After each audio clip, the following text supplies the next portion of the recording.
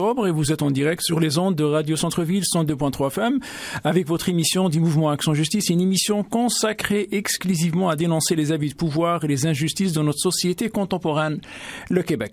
Alors, chères auditrices, chers auditeurs, je devrais vous rappeler que nous sommes à la fin du mois et comme il est de coutume d'ailleurs, le micro de ce matin est réservé à une clientèle hautement sensible de notre société, une clientèle fragilisée par les abus de pouvoir et en particulier de celle qu'on appelle à tort ou à raison la direction de la protection de la jeunesse. Fragilisée, peut-être ce n'est pas le vrai mot, je dirais plutôt effondrée par des décisions arbitraires d'une part et d'une autre.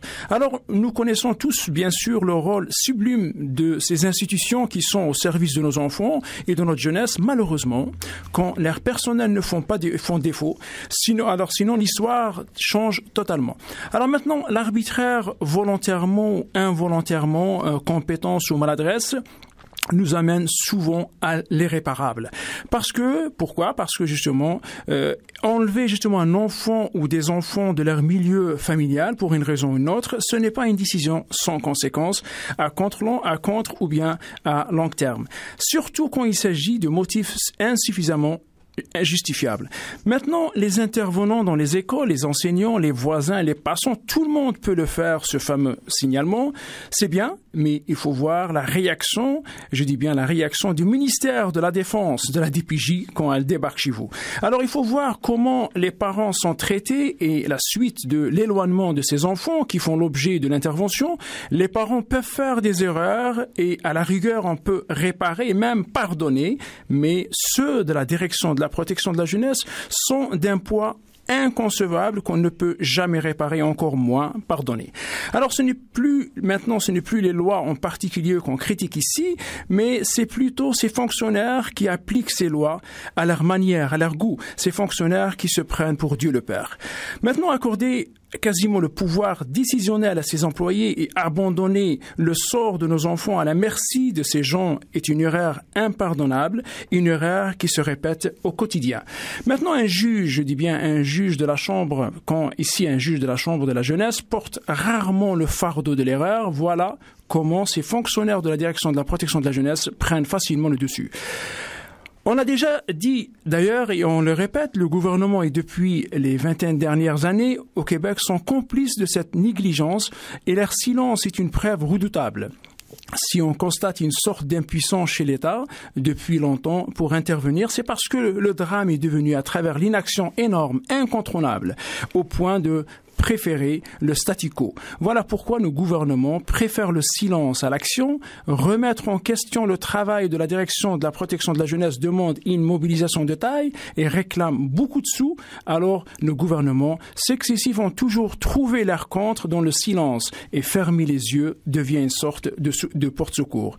Maintenant, dans ce climat presque aveugle, chères auditrices, chers auditeurs, les fonctionnaires de la direction de la protection de la jeunesse découvrent un terrain libre, propice à la bêtise humaine. Et c'est justement là où ils développent l'arbitraire, l'injustice à l'endroit de la famille québécoise. Et je me sens un peu mal de dire à l'endroit de l'enfant, cet être doublement victime de négligence, l'État pire que les parents, puisque la vie de l'enfant est transférée d'un enfer à un autre plus cruel. Maintenant, vous allez me dire, chers auditrices, chers auditeurs, mais qu'est-ce que vous voulez qu'on fasse, nous les citoyens, nous les victimes, nous les témoins de ces injustices? C'est simple.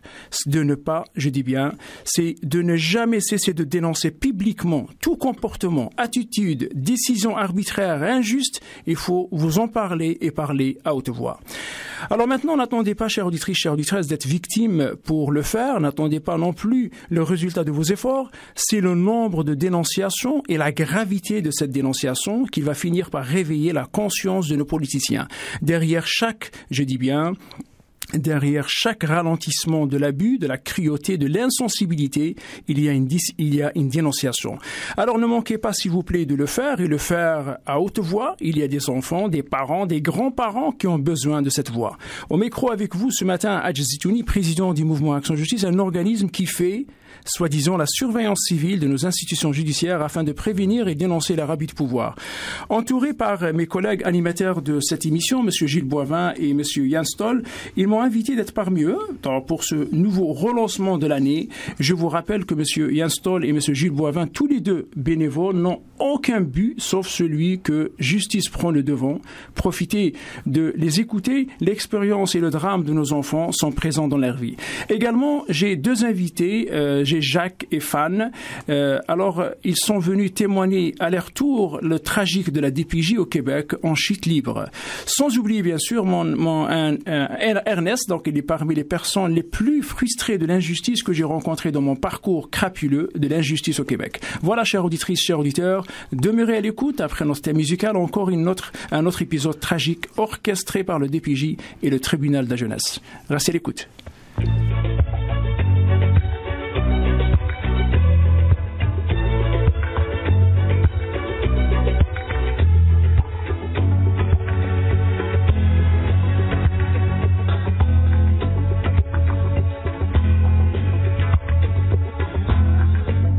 C'est une émission formidable sur les problèmes de société où des héros et des minables vous parlent en toute liberté. Sont-ils victimes? Sont-ils coupables? Ce soir, voici pour commencer quelques racketteurs redoutables qui font la sortie des lycées. Ils vont pour vous se mettre à table à condition d'être masqués. Un témoignage inoubliable, un grand moment de vérité. Ce soir, après la roue de la fortune, les racketteurs sont à la lune.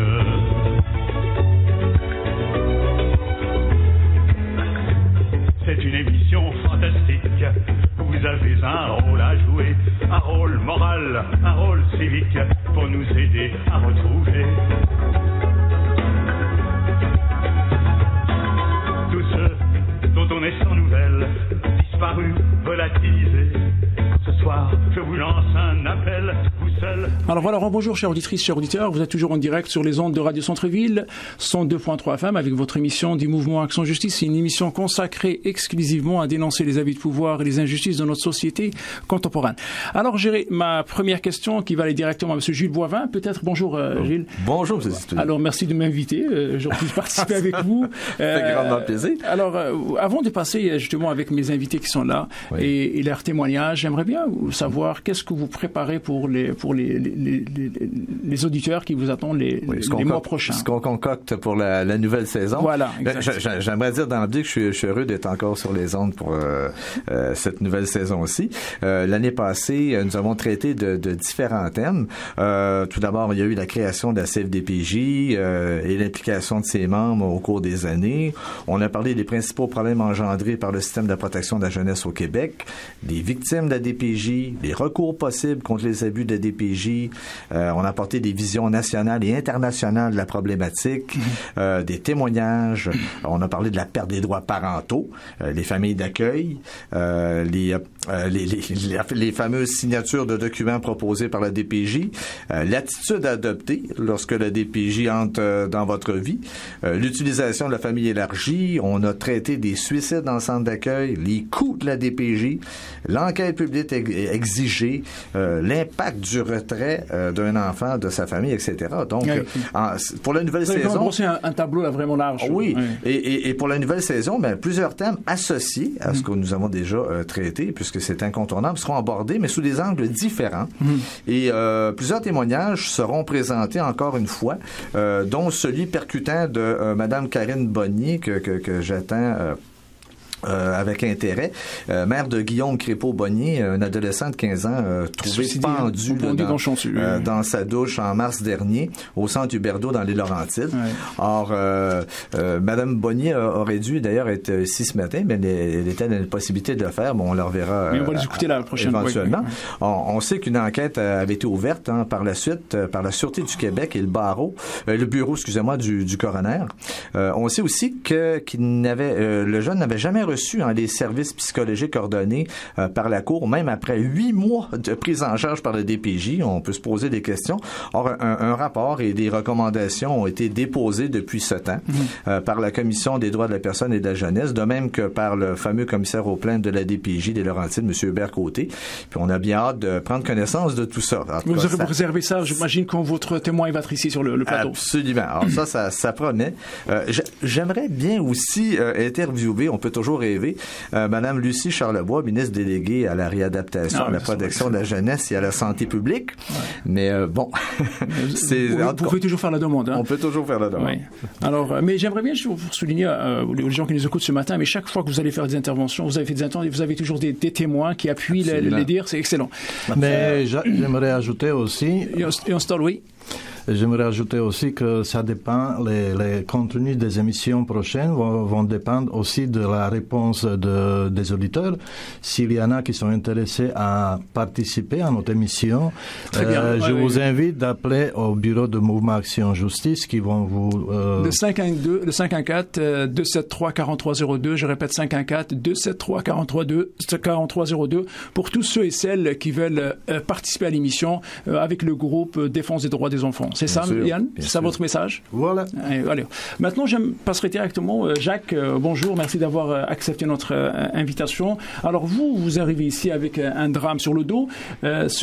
Malheureusement, une rencontre avec la DPJ. Est-ce que c'est exact? Oui. Tout d'abord, j'aimerais vous dire merci de l'invitation et l'opportunité que vous me donnez d'être en ondes. OK. Mais Jacques, si vous voulez, ou les gens qui nous écoutent ce matin, comment pouvez-vous nous résumer, mais rapidement, l'événement, même si je sais que c'est un petit peu long? Oui. Malheureusement, en 2010, la protection de la jeunesse, le directeur de la protection de la jeunesse m'a téléphoné pour me faire part d'un signalement dont ma fille avait été victime d'attouchement sexuel. Donc, selon les directives de la protection de la jeunesse... Jacques, vous ne vivez pas avec votre fille à ce moment-là? J'avais ma fille, j'étais en processus de demander la garde pleine, étant donné qu'il y avait une négligence de sa mère. Ma fille avait des échecs scolaires, beaucoup de retard à l'école. Okay. Et un juge m'avait accordé d'avoir ma fille les mercredis pour voir à ses études. Et ses notes scolaires étaient passées de 25% à 85%. Donc, j'étais en train de faire mes preuves que j'étais un bon père. Ouais. Et les résultats scolaires de mon enfant étaient vraiment positifs. Et même ma fille s'était confirmée dans ses rapports avec son avocate, étant donné qu'on était sur le bord d'avoir le procès pour la garde pleine. C'est là où ils arrivent l'événement là, qui a bougé tout. Là. L'événement est arrivé. J'étais officiellement sûr d'avoir la garde pleine de mon enfant, étant donné que le prédateur sexuel était le conjoint de la mère en question. De la mère, oui. Donc, évidemment, c'était sûr que j'étais pour avoir la garde. Par contre, pour dire aux gens qui vous écoutent, Jacques, comment le signalement a été? Est-ce que c'est la fille qui a fait le signalement? La manière ça s'est produit, moi, ce que j'en ai déduit, c'est que mon enfant n'a parlé, pas que j'ai déduit, excusez, c'est ce qui a été dit en réalité, oui. C'est que mon enfant n'a parlé à ses amis et c'est un parent d'un ami qui aurait fait le signalement pour aviser et malheureusement, le DPJ a pris 12 jours avant d'aviser moi et la mère. Donc, ils ont laissé le pédophile 12 jours avant d'intervenir auprès des parents. Et l'enfant, ce qui arrive très souvent, malheureusement, le DPJ, même si la loi ou légalement ont l'obligation d'agir dans les 24 heures, si c'est en train de se produire, mais ça peut traîner plus, c'est ça ce que vous dites? On connaît la réalité, ils sont inflexibles, alors le temps que ça prend, c'est à eux de décider. La loi n'a rien à dire dans leur agissement. Oui. Ernest, rapidement. Précision, quel âge avait l'enfant au moment du signalement? Au moment du signalement, l'enfant était à à quelques jours plutôt d'avoir 11 ans. Et, 11 ans? Oui, exactement. Excusez, 12 ans. Elle avait 11 ans et il y a eu un autre signalement par après que je vais aborder. Alors, juste pour continuer, donc, il y a eu le signalement, donc la DPJ sont pris quand même 12 jours pour rentrer, mais est-ce que vous étiez informé avant? Non, aucunement. Ma fille a gardé ça secret pour elle. Elle avait peur de mes réactions concernant le pédophile, étant donné que j'avais quand même une proximité avec. Là, durant les échanges des enfants, j'étais très convivial avec. Pour moi, c'était en bonne et due forme. Là. C'est une bonne relation. Dans le fond, il ne fallait pas que l'enfant voie qu'il y avait des... C'est surpris, j'imagine. Moi, ça a été complètement un choc. Un choc total. Sur un enfant de la haine pour moi, là, ce que j'ai vécu. vécu, c'était bon. Maintenant, pouvez-vous nous expliquer la réaction de la DPJ? Est-ce que c'est la police qui sont rentrés directement? Moi, ils m'ont dit d'aller chercher mon enfant. La police, le corps policier de la ville en question s'est déplacé. Ils ont fait une entrevue vidéo avec mon enfant. Il y avait matière à poursuite criminelle. C'est bien marqué dans les dossiers. La personne devait passer le 23 décembre 2010 à la cour et la procureure n'a jamais donné suite. Donc, j'ai rencontré la procureure et elle m'a dit c'est moi qui décide si je porte les accusations. Ah, il n'y avait pas d'accusation? Aucune accusation criminelle, mais j'ai fait noter la journée du signalement. Moi, j'avais essayé de rejoindre la mère parce qu'elle n'était pas rejoignable. J'ai parlé avec la grand-mère et la grand-mère m'a dit moi, y aller, moi, DPJ m'a tout réglé, il n'y aura pas d'accusation. Parce que la grand-mère en question a des rapports avec des corps policiers et le milieu criminel. Donc, je parle ici de grosse corruption avec preuve. Mais quand vous dites, monsieur, quand vous dites qu'il n'y avait pas de la réaction, il n'y avait pas, c'est-à-dire il n'y a pas d'ouverture de dossier, il n'y a pas d'enquête, est-ce que vous voulez dire, vous avez la certitude que votre enfant il y avait des attouchements sexuels, c'est ça? Ben, la certitude a été confirmée par un rapport sexologique que j'ai en main propre, étant donné que je me représente seul. J'ai étudié le droit depuis 2010, j'étudie encore le droit. Oui. Et donc, j'ai le rapport sexologique qui confirme à 100% qu'il est pédophile, qui a fait ses aveux, et malgré que la procureure, pour ça qu'il n'y a pas eu de poursuite, la procureure m'a donné comme raison que ce serait difficile de lui faire avouer. Alors qu'il y a des aveux. Alors qu'il y a des aveux. Et le rapport sexologique date de quelle année? Il date de 2011, si je ne me trompe pas. 2010. Quelques mois il était obligé de le faire, mais durant le procès, ils ont dit que monsieur avait fait différentes thérapies et des affaires de 10 rencontres. Mais quand on lit le rapport sexologique, c'est complètement faux. Il y a eu seulement qu'une heure d'entrevue et j'étais intervenant en thérapie. Je sais comment ça fonctionne et le rapport est complètement bidon malgré ses aveux. La conclusion est totalement faussée. Même la conclusion est faite sur des statistiques Canada concernant des personnes qui ont fait de la prison. Et on sait bien qu'un pédophile n'ira jamais se redire, dans le fond, se dénoncer lui-même, excepté si les victimes parlent. Donc, les conclusions de Santé Canada, là, on va en passer. Mais Jacques, moi, ce qui me dérange énormément, là, il n'y avait pas d'accusation. Ils n'ont pas porté l'accusation contre monsieur. Aucune accusation. Et de plus, un juge a remis le pédophile en contact avec mon enfant et, étant donné que je suis un père de famille qui aime ses enfants, j'ai pris mes responsabilités. Je suis pas quelqu'un... Beaucoup de personnes m'ont dit, moi, j'aurais me rendre avec le pédophile moi-même. Ben écoutez, moi, je suis un père responsable et c'est pas en faisant des actes de violence que je vais revoir mes enfants le plus vite possible. Donc, j'ai étudié et on a essayé de me faire passer pour un délirant. Mais Jacques, juste pour vous dire une chose, là, un juge qui est devant lui une sorte d'accusation comme quoi il y a un pédophile et il remet l'enfant avec le pédophile, c'est un peu lourd là, c'est difficile là. Comment vous pouvez convaincre les gens qui les écoutent que ça a pu aller ça? Comment ça a pu aller? Tout simplement avec c'est un juge, le juge il n'est pas aligné là, le juge il est quand même pour le mois là. Je dois vous contredire. Vas-y Yann, j'aimerais bien. Oui. Les juges étaient à l'origine, dans la majorité des cas, des avocats des centres jeunesse. Alors, les juges sont alignés avec le système. Il n'y a aucune impartialité dans les tribunaux de la jeunesse. En plus, le tribunal de la jeunesse, en soi, c'est une loi, c'est un tribunal d'exception. Okay. Mais il s'agit d'une accusation qui est en contrefaçon des droits garantis par la Charte canadienne des droits et libertés, qui est en infraction des droits de l'homme. Jacques et Ernest après, oui. Je vais vous faire une révélation concernant, vous posez la question, là, pourquoi que les juges pourraient être impartials ou impartials. Parce que la gravité de écoutez, moi, je suis un citoyen, un parent, et beaucoup de personnes savent de quoi je parle. J'ai été, je peux vous dire, et vous confirmer à 100% que des enveloppes brunes, ça fonctionne. Quand j'ai fait part que je demandais la garde pleine de mon enfant, le dossier, j'avais engagé une firme d'avocats de Laval, bien connue à l'époque, et le dossier devait procéder à Saint-Jérôme. J'avais pris un package deal, comme on dit, là, un mode d'entente, et 2 semaines avant le procès, la firme d'avocats m'a communiqué, et on m'a convoqué au bureau. Et ce que je vous dis, je l'affirme, là, vraiment une affirmation, on m'a demandé 5 000 $ supplémentaires. J'ai expliqué pourquoi 5 000 $ supplémentaires. On m'a dit, écoutez, Monsieur Roy, excusez-moi, votre dossier il est assez complexe et ce qu'on a fait, on a transféré votre dossier de Saint-Jérôme à Laval. Et ici, c'est notre Château-Fort. Il y a un montant d'argent qui va aller à l'avocate de votre ex, qui va rester passé dans le dossier, un montant au juge. En 30 minutes, on sort d'ici, tout est fini, tout est terminé. Donc, si vous refusez, je vous laisse là-dessus, je vous donne votre dossier pour bris de confiance. Et j'ai une lettre comme quoi qu'elle m'a abandonné pour bris de confiance. Donc, je me représente seul. J'ai essayé d'avoir 2 autres avocats. Et étant donné que c'est un dossier qui est complètement chaud, je me représente seul par obligation. Oui. Et maintenant, étant donné que je sais comment ça fonctionne, c'est par choix. Juste pour revenir à Ernest, moi, je suis pas convaincu de l'idée qu'un juge, j'ai de la difficulté à être, comment un juge accepte devant un crime aussi crapuleux, on parle vraiment d'attouchement sexuel sur un enfant de 11 ans, et un juge, il va remettre l'enfant au pédophile. Obéissant au système, tout simplement. Permettez-moi de rappeler à l'auditoire que des noms de juges ont été nommés dans le dossier de l'enquête Scorpion à Québec, en 2003-2004. Non, mais reviens-moi à le raisonnement. J'aimerais bien comprendre. Client de réseau pédophile. Oui. Alors... Mais quel est l'intérêt d'un juge? Moi, j'ai des difficultés. Quel est l'intérêt d'un membre d'une mafia défendre la mafia? C'est la même question, s'il vous plaît. Mais, excusez-moi. Ici, au Canada, au Québec, on n'a pas de séparation des pouvoirs législatifs, exécutifs et judiciaires. Oui. Ce sont les mêmes députés qui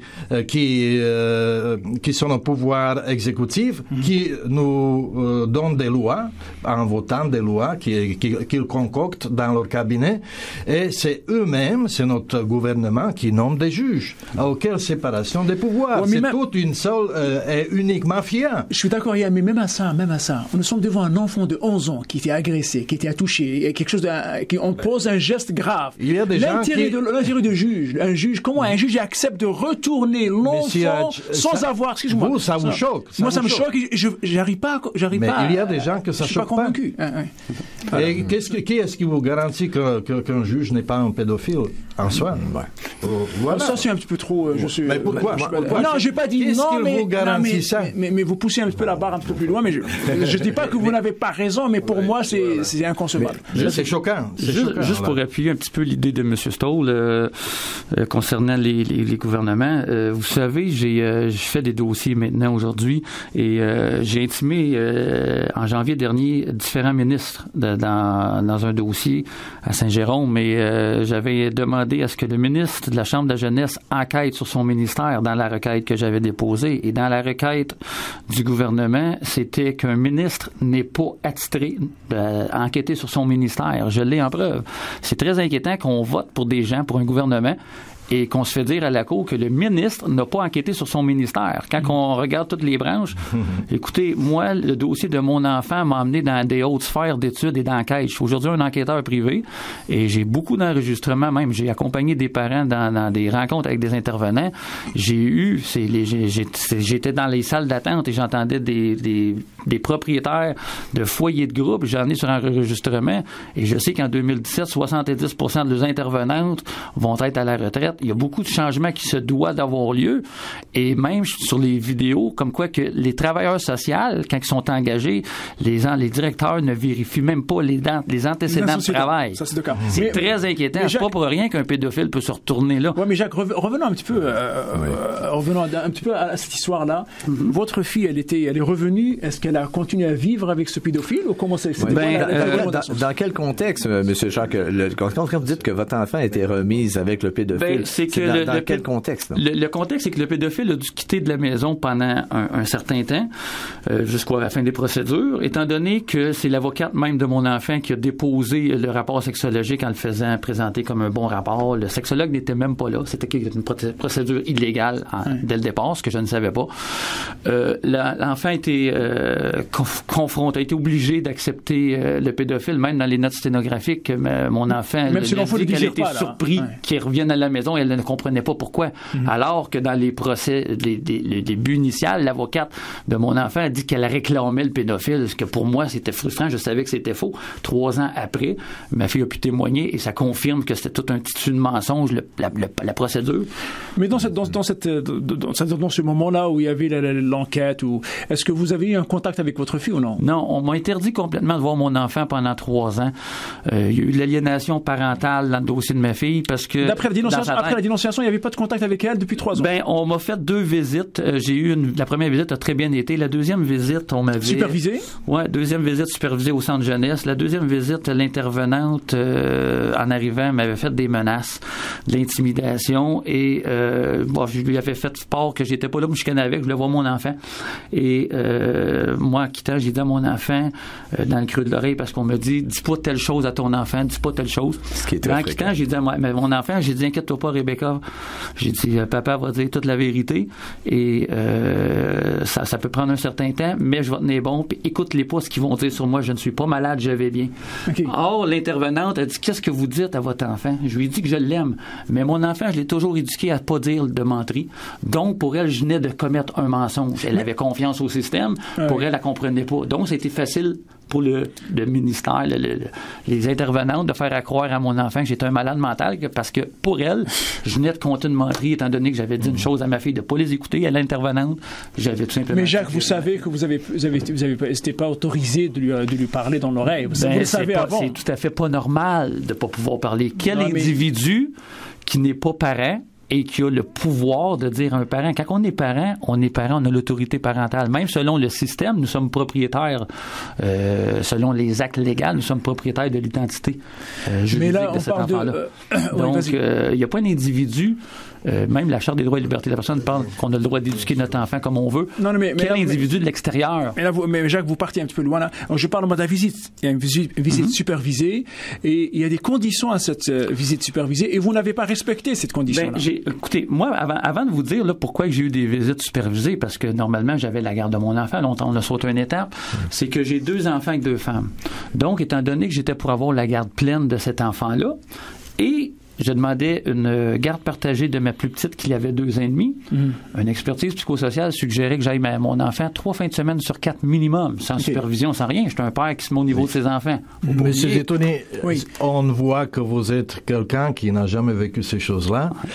Les visites supervisées en soi, c'est atroce. Très malsain. C'est un traitement ignoble. Mais il faut respecter aussi s'il y a des conditions à respecter quand même. Comment vous voulez qu'on respecte quelque chose qui est totalement illégal, sinon on vous demande de ne pas souffler dans l'oreille de l'enfant et de lui parler. La DPJ décide arbitrairement que vous ne pouvez plus voir votre enfant en tant que parent responsable, mais le fait qu'il vous impose des visites supervisées, déjà ça présente à votre enfant que vous êtes un être dangereux pour lui. Exactement. C'est un piège à con. C'est ce que je veux vous dire. Exactement. Parce que moi, mon enfant, j'avais un lien excessivement bon, très prouvable par les dossiers. Moi, pour m'enlever mon enfant, ma deuxième femme a inventé, elle a appelé la première pour l'aider, elle a inventé que je voulais tuer mes enfants et me suicider. Et ça, c'est bien avant Turcotte. Là. Son nom, c'est avant Turcotte. Il n'y avait pas nécessairement beaucoup d'histoires dans ce cas-là. Et automatiquement, le signalement, moi, dans mon cas, c'est que mon ex-femme a appelé l'expert psychosocial pour dire monsieur veut tuer les enfants puis se suicider. Mais avec le temps, ça a été prouvé parce que moi, mes 2 enfants étaient sur 2 juridictions, une Laval et l'autre des Laurentides. Et celle des Laurentides ne pouvait pas porter de signalement concernant ma petite. Elle a porté un signalement et quand j'ai rencontré l'intervenante, j'ai la preuve que le dossier est fermé, fait et sécurité non compromis. C'était un coup monté. Oui, mais Jacques, peut-être je poserai la question à Gilles.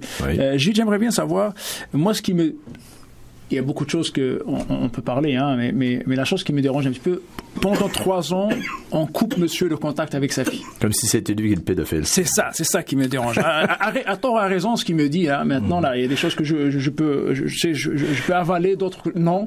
Mais 3 ans, alors c'est pas lui qui était mis en cause, hein. Et ça arrive souvent. Lorsque vous n'êtes pas dans les bonnes grâces de votre intervenant de DPJ, c'est vous le coupable. C'est vous qui écopez.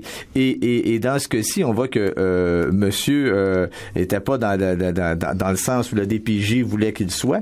Et à ce moment-là, c'est lui qui a été puni. Il ne suivait pas les directives, tu veux dire? Puis en fait, on va lui en rajouter pour essayer de l'éliminer du décor, parce qu'il était dangereux pour eux. Il était menaçant. Donc, à ce moment-là, on va lui en mettre...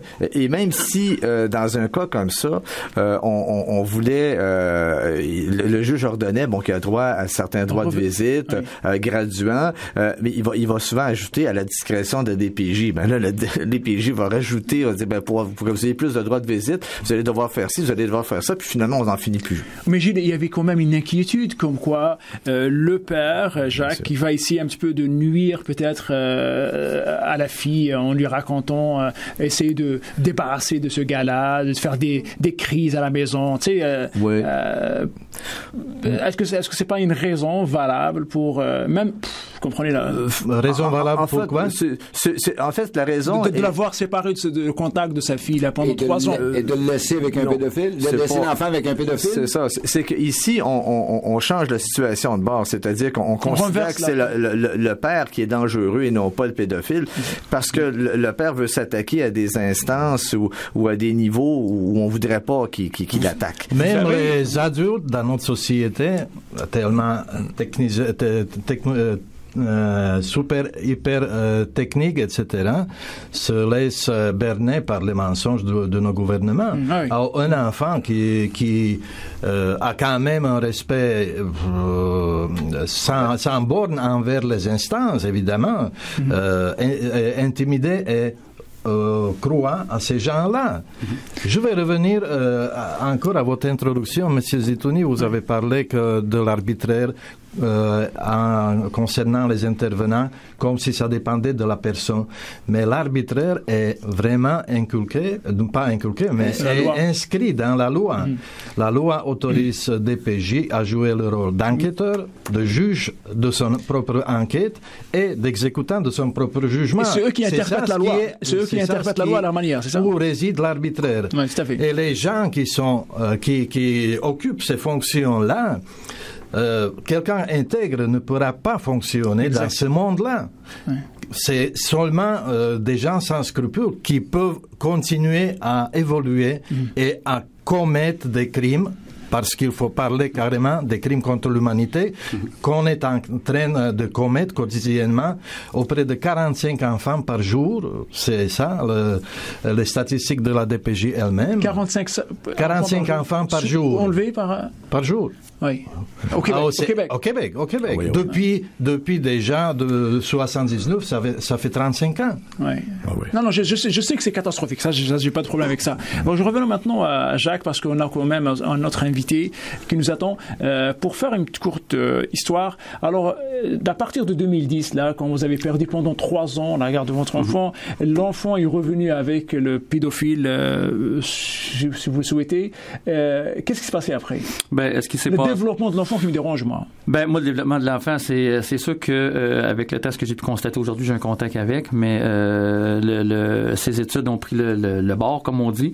Elle est en échec scolaire. Elle a complètement dit qu'elle ne comprenait pas. Quand elle était à l'école, elle faisait que penser aux procédures judiciaires, à toute cette histoire-là. Aujourd'hui, elle est dans une école spécialisée, c'est pas spécialisée, mais pour les personnes en trouble d'apprentissage. Donc, elle n'a pas de secondaire 2 complété ou 3. Oui. Elle fait un DEP en coiffure, elle débute. Bref, en tout cas, j'ai pas fini les recours la concernant, étant donné qu'elle a droit à un dédommagement exemplaire. Mais elle vit toujours avec sa mère, c'est ça? Oui, elle est toujours avec sa mère. Le pédophile n'est plus en contact là. Le pédophile a fait ce qu'il avait à faire. Il a quitté par lui-même. Il a fait beaucoup de dommages dans cette maison-là. Non, ça, c'est pas vrai. Il a quitté. Donc, la fille, elle a repris un petit peu son esprit, comme on dit. Oui, là, j'ai repris contact avec, parce que moi, j'ai volontairement cessé les contacts au DPJ, étant donné que c'est totalement malsain d'être dans un bureau 4/8 avec un enfant pendant 1 heure. Il est rendu quand même à 16 ans, là. Et observé. À la 16 ans, maintenant. Oui, il est rendu à 16 ans. Et t'es dans un 4x8, 1 heure de temps, tu peux te parler une fois par mois. Qu'est-ce qu'il y a d'intéressant? Comment je peux reprendre la confiance de mon enfant qui a eu une crainte envers moi pendant 3 ans?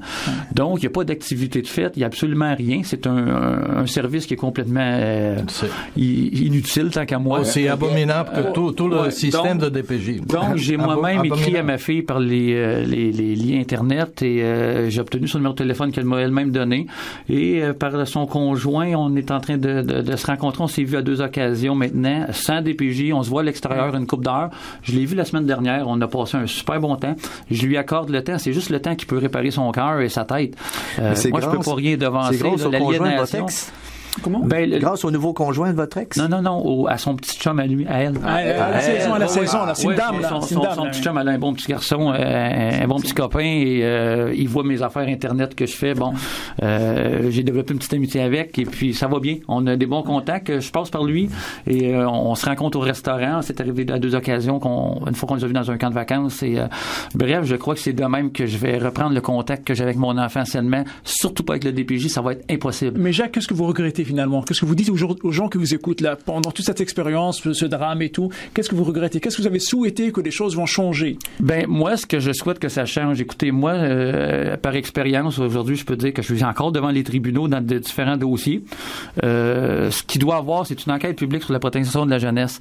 Ça prend la nomination d'un poste d'ombudsman présentement en Chambre de jeunesse. Ce que je veux dire, un poste d'ombudsman, c'est un civil qui connaît le droit, qui connaît la loi, qui est impartial. Oui.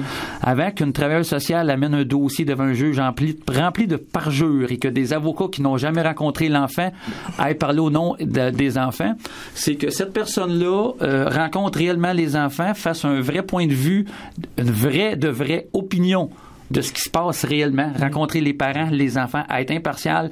Et s'il y a des parjures des travailleurs sociaux, parce qu'on n'oublie pas que le parjure, selon l'article 131.1, est passible de 14 ans d'emprisonnement. Oui. Et on parle d'enlèvement d'enfants. Les crimes sont graves, ça mérite la peine maximale. Là. Oui. Okay? Malheureusement, au Québec, l'enquête publique, on sait très bien qu'est-ce que ça veut dire que finalement, on applaudit des criminels, des mafieux à la télévision, etc. Exactement. On l'a vu, hein? Mais là, présentement, j'ai un dossier. Ça devrait aboutir dans des procès aux criminels. J'ai déposé une plainte criminelle concernant plusieurs avocats, juges, et avec des preuves de dépôt de faux, parjure, complot, négligence criminelle. Négligence criminelle, enlèvement d'enfants et traite d'enfants. Mais tout ce que vous pouvez nous dire, Jacques, c'est une traite humaine, la protection de la jeunesse, avec preuve. Par contre, il y a des gens qui bloquent présentement les enquêtes. Vous confirmez aujourd'hui sur le plateau comme quoi vous étiez impuissant devant la DPJ? Totalement impuissant? Non. Maintenant, je peux dire qu'avant, j'ai eu des troubles avec le DPJ. Maintenant, c'est le DPJ qui a des troubles avec moi. Non, alors voilà, c'est la lutte, c'est le combat d'un père contre la DPJ. Je veux juste, on va juste peut-être faire une petite pause musicale et on va revenir avec notre deuxième témoin. Alors restez à l'écoute, chers auditeurs, on va vous voir, on va vous écouter, on va vous entendre, vous allez nous entendre après la pause musicale.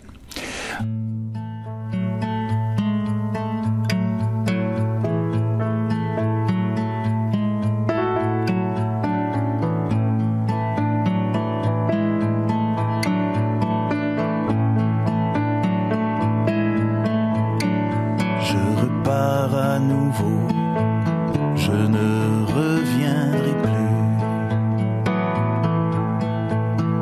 Je repars sur mes ailes, je ne l'aurais jamais cru. L'envol était si doux et si irrémédiable qu'il n'y a pas de trace de roue, pas de plaies sur le sable.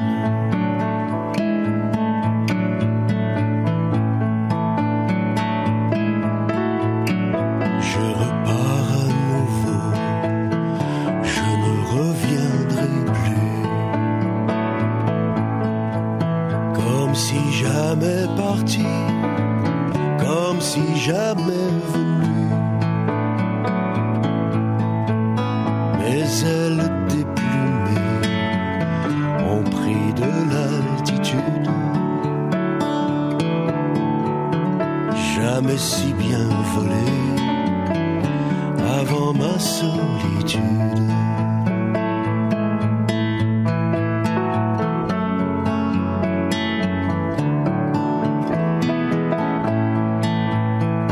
j'ai dépassé le mur du silence.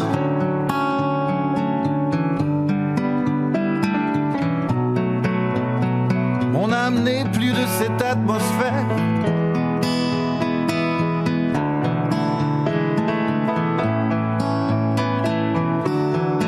Jamais volé avant ma solitude.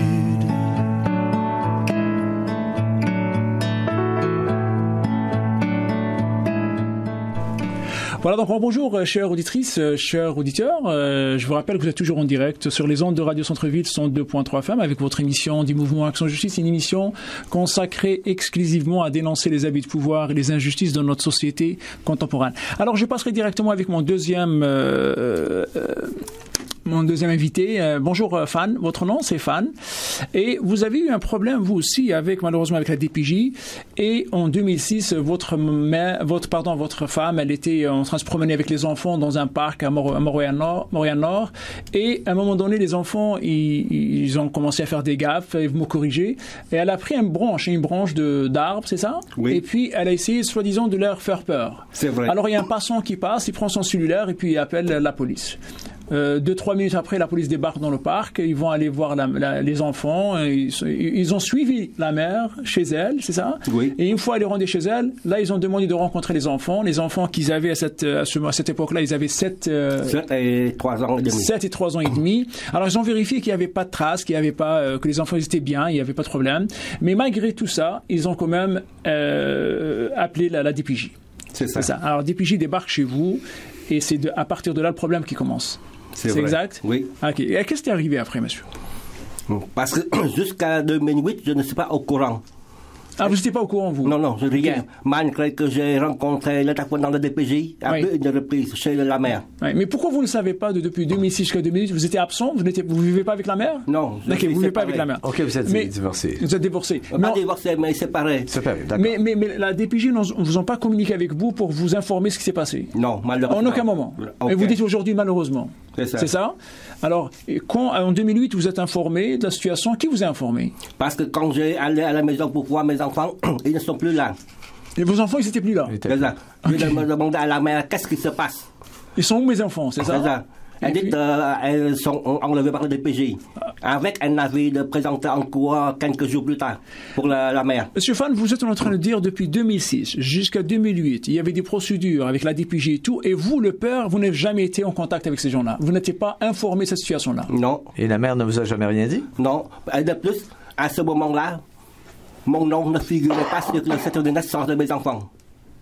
Votre nom, il ne figure pas sur le certificat de naissance. Ah non? Non. Pourquoi votre nom ne figure pas? Parce que ça, c'est au Québec. La loi autorise DPJ à agir seulement si un parent soit informé de la situation. Ils n'ont aucune obligation d'informer le père. Le père, et c'est le père quand même. Il a pu récupérer ses enfants. Maintenant, parce qu'aujourd'hui, ils sont en famille d'accueil. Monsieur Zitouni, déjà à la base, quand l'État prétend de pouvoir faire mieux que n'importe quel parent, exact. C'est complètement taré. Oui, c'est Dr Julien, par exemple, qui a dit, et bien d'autres experts qui ont dit, l'État n'a pas un instinct maternel ou ne peut assumer l'autorité parentale. Elle ne peut jamais remplacer les parents, mais ça c'est sûr. Elle ne peut pas donner l'amour à l'enfant. Mais ça on peut pas revenir sur ça. On peut continuer, désolé. Oui, mais Monsieur Fan, vous dites qu'il s'est passé une longue période de temps sans que vous ne sachiez quoi que ce soit. Depuis 2 ans, oui. Mais vous n'aviez pas un droit de visite? Non, je visite tous les jours, aucun problème. Mais personne qui l'a informé. Nous s'entendons très bien, aucun problème. Et jamais votre ex-conjointe vous a informé de quoi que ce soit? Non. Ah bon? Mais j'aimerais savoir, pendant les 2 ans, entre 2006 et 2008, vous voyez les enfants? Oui, tous les jours. Tous les jours? Oui. Et puis, à un moment donné, vous vous présentez et les enfants sont plus là? C'est ça. OK. Et la mère, elle vous a caché tout ça, là? Oui. Mais une fois, vous étiez... Maintenant, vos enfants, ils sont dans une famille d'accueil. Et vous, j'imagine, vous êtes présenté à la cour pour demander la garde de vos enfants? Oui, c'est vrai. OK. Mais la juge, dans les 2 premiers procès, je n'ai pas participé parce que mon nom ne figure pas sur les certificats des enfants. Ah, parce que votre nom, il ne figurait pas sur le certificat des enfants. Il fallait d'abord prouver que vous êtes le père. C'est ça. Et vous l'avez fait? Je l'ai fait en 2009. OK. Après ça, vers le début de 2010, j'ai participé dans le procès. D'accord. À ce moment-là, c'était un peu tard parce que les 2 premiers procès, l'attaquant de la DPJ avait monté sur moi, faire des fausses allégations comme j'ai participé dans un gang de criminels dans le commerce de la drogue. Ah oui. Est-ce qu'il y a des antécédents judiciaires? Est-ce que vous avez des cas judiciaires? J'en ai pas que judiciaire, mais c'est pour le ticket impayé, ticket de stationnement. Stationnement. Ça, c'est pas criminel. Pas criminel. Ça, c'est pas criminel, monsieur. Quand j'ai envoyé une lettre à la DPJ pour demander des preuves, explications, elle ne me répondait pas. Elle garde le silence. Mais vous comprenez, Gilles, le problème dans tout ça, là, c'est que le gouvernement, je sais pas, aveuglement, je comprends pas, vous me corrigez, comment... Aveuglement volontaire. Le père, volontaire, c'est ça le mot exact. Comment le père, il est là, et qui a un énorme amour pour ses enfants, alors qu'il demande de récupérer ses enfants, et on préfère les mettre dans une famille d'accueil, et on sait, on sait pas... Hein, mais pourquoi parler d'aveuglement? Il faut parler de manière perverse. Volontaire. Perverse. Ouais. Mais c'est de la perversion. Mais c'est une espèce de labyrinthe aussi. C'est-à-dire qu'à partir du moment, et c'est très fonctionnariste comme système, à partir du moment où il y a des procédures qui sont entamées, on dirait que tout le monde s'arrive sur les procédures et le côté humain prend le bord. Voilà. Écoutez, là, c'est déjà passé en cours. Ah, ben là, il y a déjà un jugement qui a été posé. Ah, ben là, c'est la description la discrétion de la DPJ. On a demandé ça à la maire. Ah, ben là, écoutez, si vous voulez avoir ça, vous allez devoir faire ça. Et finalement, on s'en sort plus. C'est une espèce de méandre. Et le père est là, puis il dit, oui, mais moi, j'aimerais bien avoir...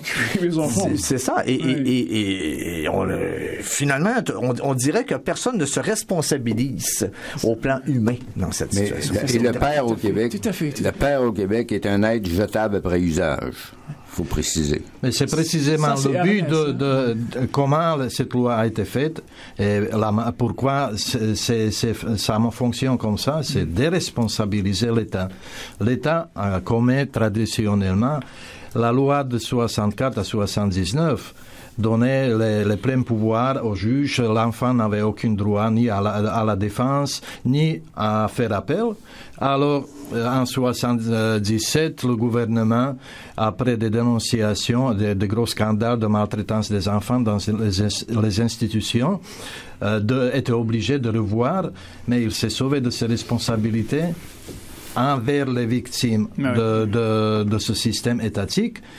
Et pour ne pas avoir à les dédommager, il a reconduit carrément ce système arbitraire qui ne fait que faire taire les gens devant leurs crimes. Mais Gilles, l'inaction de l'État, okay, on sait que les politiciens, à peu près, vous n'allez pas me dire qu'ils ne savent pas, hein, tout le monde sait un petit peu la situation. Tous les députés le savent, tous les députés le savent. Absolument. Moi, personnellement, j'ai rencontré au moins une dizaine de députés, des ministres, etc. Ils le savent. Ils en savent une partie, mais ils ne veulent pas le savoir. C'est un peu... Excusez l'analogie, mais un peu comme la maire Tremblay. Oh, moi, j'ai rien vu. Ah ben moi, je ne veux pas le savoir. Mais Gilles, personnellement, j'ai fait la démonstration aux députés qu'il s'agisse des crimes contre l'humanité. Oui. Mais j'aimerais bien savoir, à vous, même, Stoll, les enfants, là, depuis 20 ans, il y a des enfants de la DPJ qui sont aujourd'hui, qui ont 20 ans, eux, est-ce qu'ils ne se prononcent pas pour dire, écoutez... Comment l'être humain... Monsieur Zitoni, je vais vous expliquer une chose. Oui. Le lien, les psychologues le savent très bien, le lien dans le crime est beaucoup plus fort que le lien dans l'amour. Oui. Pourquoi? Oui. Le lien dans le crime, ce sont nos instincts les plus bas. La peur de punition, la crainte de survie, etc. Tandis que l'amour, c'est quelque chose de volontaire. Oui. Et ça, c'est facilement... Non, mais je parle... On peut briser beaucoup plus facilement. Oui, mais... Tandis, par contre, un vrai amour d'un adulte bien assumé, il peut transporter des montagnes, il peut traverser des épreuves terribles, et c'est par l'amour qu'il peut le faire. Mais les criminels, une fois la chaîne brisée, ils vont se dénoncer mutuellement. S'il y a une enquête, les intervenants de DPJ, les directeurs, ils vont se dénoncer mutuellement. Nos ministres responsables de cette situation, comme notre ex-première ministre, Mme Marois, c'est elle qui a promulgué cette loi en 1977 et qui a fait une grosse campagne que désormais l'enfant ne fait plus objet mais sujet de loi. Mon œil, c'est absolument pas vrai. Ça a continué, l'arbitraire continue depuis... je comprends, mais Yann, moi je parlais de cette génération-là qui se rendue aujourd'hui, qui ont 20 ans. Hein? C'est-à-dire que... Moi, je peux confirmer que ces enfants qui sont massacrés par le système qu'on appelle faussement protection de l'enfance, ils sont dans les prisons du Québec. Ils constituent l'essentiel de la population. Et la clientèle de la DPJ. Vous êtes en train de dire que tous les enfants de la DPJ sont en prison? C'est-à-dire que si on fait une enquête dans les... Non, pas tous les enfants. Mais il y a des gens qui sont universitaires, les gens qui sont en prison, il y a une bonne majorité qui sont passés entre les mains de la DPJ. Oui. Chez ceux-là. Comme la majorité... Excuse-moi. C'était dans l'émission, dans le documentaire de Paul Arcand, je pense, ou dans d'autres documentaires, je ne me rappelle plus tellement, qui a démontré que parmi les sans-abri à Montréal, la majorité, c'est des enfants de DPJ. De DPJ. Absolument. Absolument. Lâchés à 18 ans, on leur lave le cerveau, on leur apprend tous les jours, vos parents sont des gens mauvais. Alors, comment un enfant peut se sentir dans ça? Alors, moi, je suis foncièrement mauvais. Je peux jamais devenir une bonne personne puisque j'ai pas l'amour de mes parents. Et c'est l'État qui fait ça. Ce sont nos concitoyens, des intervenants de DPJ, des juges au tribunal de la jeunesse, et nos députés, etc., tous les décideurs qui participent à ça. Je reviens à vous. Là. Vous, je sais que est-ce que vous pensez qu'il y a une possibilité de récupérer vos enfants ou vous pensez que c'est impossible de récupérer vos enfants à ce stade-là? Les deux grands frères, il y avait probabilité. Mais la petite sœur, je ne pense pas. Tu ne penses pas là-bas? Parce qu'on avait enlevé 2 jours après sa naissance à l'hôpital. 2 jours après sa naissance? C'est ça. Elle ne reconnaît pas ses parents biologiques. Est-ce que vous l'avez déjà vu? Oui. Mais, parce que... Le lien, vous le dire, il est brisé, ça? C'est ça. Elle n'a jamais commencé. Elle ne nous connaît pas, elle pleure toujours. Donc, dès qu'elle avait environ, dès la naissance jusqu'à 2 ans, c'est pas pire, on peut la jouer à tout. Mais 2 ans et demi, elle avait la connaissance. Elle nous voyait comme des étrangers. Elle n'est pas capable de nous rapprocher. Et puis, la DPJ dit que nous n'avons pas capable de contrôler ou de familiariser l'enfant. Elle coupe unilatéralement les visites. Mais maintenant, revenons juste à une question que j'avais oublié de vous poser. Vous connaissez la mère de vos enfants très bien. Comment vous la décrit, cette mère-là? Est-ce que vous pensez vraiment qu'elle est cruelle, qu'il faut vraiment qu'elle ne peut pas garder les enfants? C'est une mère très gentille, douce. Elle a su protéger ses enfants. Elle aime ses enfants? Même la DPJ avait reconnu qu'elle a su protéger les enfants. Parce qu'il profite d'une occasion que quand elle a tout juste emmené les enfants au Vietnam ici, elle avait oublié une visite avec le docteur pour une vérification médicale, c'est tout. Mais est-ce que si vous étiez au Vietnam, pensez-vous que l'État ils vont vous prendre vos enfants là-bas? Non. Pourquoi? Parce qu'il n'y a pas la DPJ. C'est une affaire typiquement nord-américaine. Les tribunaux d'exception, les tribunaux de la jeunesse existent déjà depuis 1889. Le premier tribunal comme ça était en État d'Illinois. Et depuis, ça se traduit. C'est typique pour l'Amérique du Nord. Maintenant, malheureusement, depuis la Deuxième Guerre mondiale, ça se répand dans les pays européens de l'Ouest. Ça n'existe pas dans les pays ex-communistes, mais l'Union européenne pousse les États à adopter ce système malfaiteur. Mafieux. Actuellement, M. Fan, est-ce que vos 2 enfants sont uniquement en famille d'accueil ou il y en a un qui est en centre d'accueil? Est-ce qu'ils sont séparés ou non? C'est ça. Est-ce que les enfants sont séparés ou vivent ensemble? Ils sont tous vivants séparément des parents. La cruauté n'a pas de limite de l'État. Même la petite sœur n'est pas capable de voir encore ses grands frères. Voilà, donc les enfants ils sont séparés. Selon vous, Gilles Boivin, c'était possible aussi de mettre les enfants en même temps ensemble. Absolument. Il suffit d'une volonté d'un intervenant pour le faire. De l'État, comment ils peuvent permettre que les enfants séparer les enfants? Non, que les enfants fassent une clique contre eux. My God. Il faut les briser. Il faut briser ces témoins de leurs crimes. Non, mais c'est tout à fait. Moi, je pense que des enfants à bas âge comme ça, les séparer pour qu'ils ne peuvent pas continuer à vivre ensemble, frères et sœurs. Pour que les liens familiaux ne pas se catastrophique. C'est criminel. Absolument. Je reviens juste. Oui, rapidement. La DPJ disait à mes enfants que les parents avaient des problèmes. Mais il ne veut pas corriger. C'est pour cela que vous êtes ici. Non, mais si vous avez des problèmes là, le problème là, c'est que les enfants, imaginez-vous, chers auditrices, chers auditeurs, comment 2 enfants, alors qu'on peut les mettre dans une famille d'accueil, que peuvent grandir ensemble, frères et sœurs. C'est systématique. Je reviens avec vous, Jacques. Les gens qui vous écoutent, ils ont écouté votre histoire. Vous avez écouté l'histoire de notre collègue qui Fan ici. Qu'est-ce que vous avez sur le cœur? Quel est le message que vous pouvez envoyer aux gens qui vous écoutent ce matin? OK. Premièrement, j'aimerais dire aux parents de ne pas désespérer, ne pas sombrer dans l'alcool, dans les drogues ou toute forme d'abus. Ne pas vous confier à n'importe qui. Recherchez des familles, quelqu'un de confiance, quelqu'un qui va vous écouter, qui ne vous jugera pas. Parce que souvent, quand on vit quelque chose avec la protection de la jeunesse, malheureusement, beaucoup de personnes, même si c'est des mensonges, beaucoup de personnes vivent des préjugés ou se sentent rabaissés. Absolument. Mais les parents qui sont victimes, je vous dis, levez la tête haute, baissez pas les bras. Votre enfant vaut la peine. Imaginez-vous ce que votre enfant peut penser. Comportez-vous comme un héros et non comme un zéro. Ouais. Soyez fiers. Moi, ce que je peux faire pour... En tout cas, bref, moi, je continue mon débat là-dedans. Je vous conseille de chercher de l'aide nécessaire auprès de proches.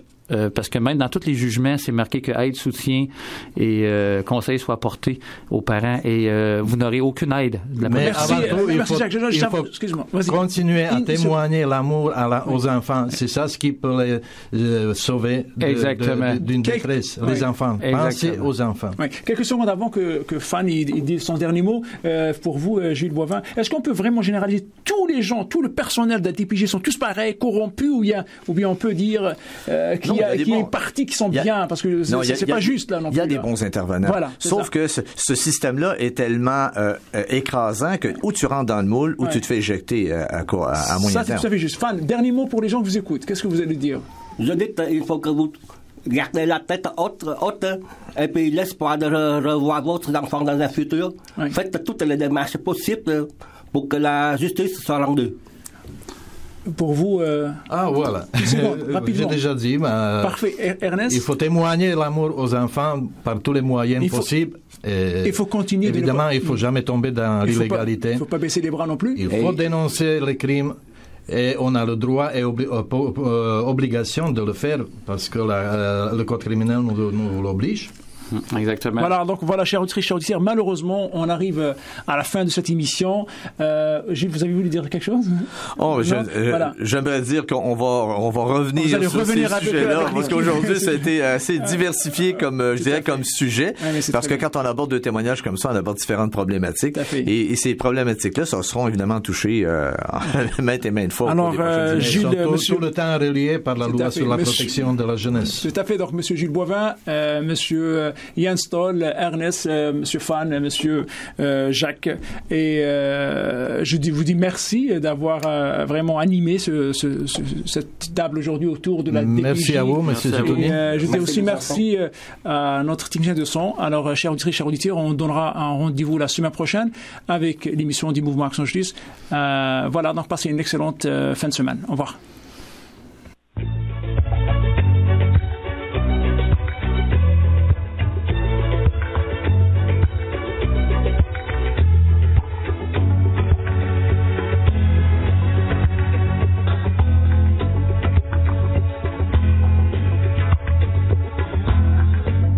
C'est une émission formidable sur les problèmes de société où des héros et des minables vous parlent en toute liberté. Sont-ils victimes? Sont-ils coupables? Ce soir, voici pour commencer quelques racketteurs redoutables qui font la sortie des lycées. Ils vont pour vous se mettre à table à condition d'être masqués. Un témoignage inoubliable, un grand moment de vérité. Ce soir, après la roue de la fortune, raquetteurs sont à la lune.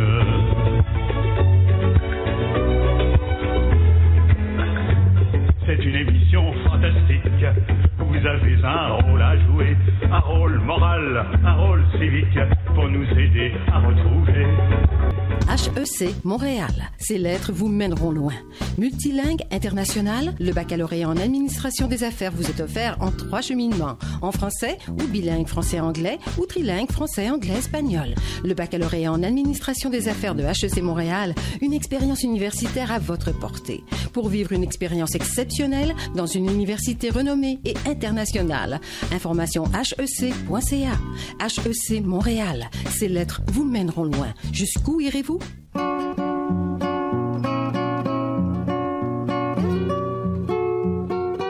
Informez-vous en espagnol. Pulso, le journal des latino-américains à Montréal. Retrouvez Pulso dans une grande partie du commerce latino-américain ou abonnez-vous gratuitement. Pulso.ca. Pulso.ca. Pulso, information en espagnol.